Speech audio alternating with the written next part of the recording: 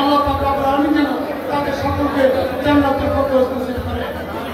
এবং সেই সাথে আমাদের নেত্রী, আমাদের মা এবং খালেদা জিয়া, আমাদের নেতা জনাব তারেক রহমান সহ আজকে এখানে আমরা যারা আছি এবং বাহিরেও যারা আছেন, আল্লাহ পাক যেন সকলকে সুস্থতার সহিত বাকি জীবন কাটাবার তৌফিক দান করেন। আমি স্পেশালি আপনাদের এই এলাকার কৃতি সন্তান আমাদের সর্বজন শ্রদ্ধেয় 4 এমপি জনাব আমি মতিন স্যারের জন্য আপনারা দোয়া করবেন প্লিজ।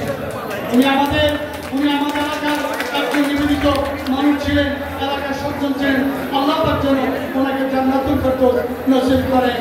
আমি আপনাদের সকলের কাছে সেই দোয়া চাচ্ছি।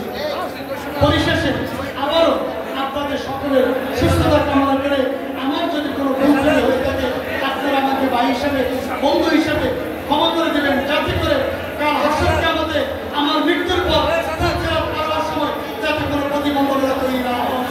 আমি আপনাদের সকলের কাছে দোয়া চাই, সহযোগিতা চাই, যাতে করে আমি আপনাদের খেদমতে কাজে লাগতে পারি।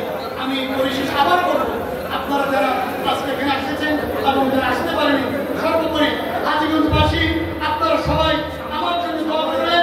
আমি আপনাদের সাথে আছি, থাকবো ইনশাআল্লাহ।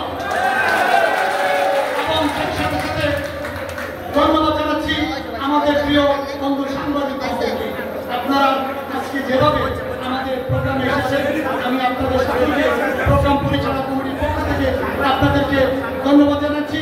হাজীগঞ্জ বাজার ব্যবসায়ী সমিতির সর্বস্তর নেতৃবৃন্দকে ধন্যবাদ জানাচ্ছি। আমাদের যে সমস্ত ক্ষুদ্র ব্যবসায়ী আছেন, যারা মধ্যম বাজারের ব্যবসায়ী আছেন, যারা উচ্চবিত্ত ব্যবসায়ী আছেন, আপনাদের সকলকে নির্ভয়ে কাজ করার জন্য, ব্যবসা করার জন্য অনুরোধ জানাচ্ছি। যদি কোনো প্রকারে কোনো প্রবলেম ফেস করেন, আপনারা আইনের প্রয়োগকারী সংস্থার সাহায্য নেবেন। আপনারা অবশ্যই ওনারা আপনাদের সহযোগিতা করবেন। আপনাদের প্রত্যেককেই আমি আবার অনুরোধ করবো, আপনারা কেউ আইন নিজের হাতে তুলে নেবেন না, আইনকে আইনের গতিতে পরিচালিত করতে পারেন।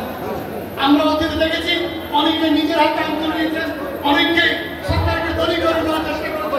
আমি আশা করবো আমাদের জাতীয় দল অতীতে এরকম কোনো কাজ করেনি, বর্তমানে করবে না, ভবিষ্যতেও ইনশাআল্লাহ করবে না। আমি এই আশাটুকু রাখছি আপনাদের কাছে।